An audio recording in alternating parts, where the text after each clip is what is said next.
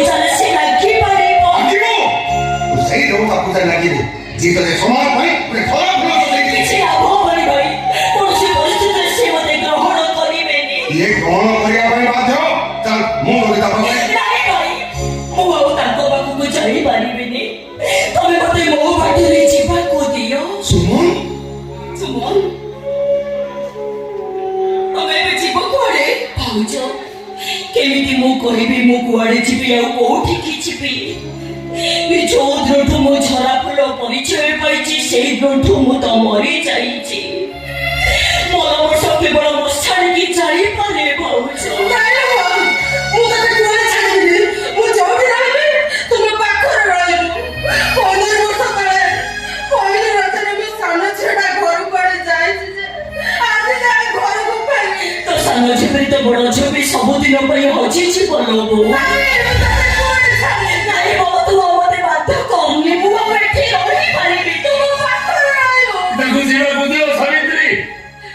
ଯିବାକୁ ଦିଅ।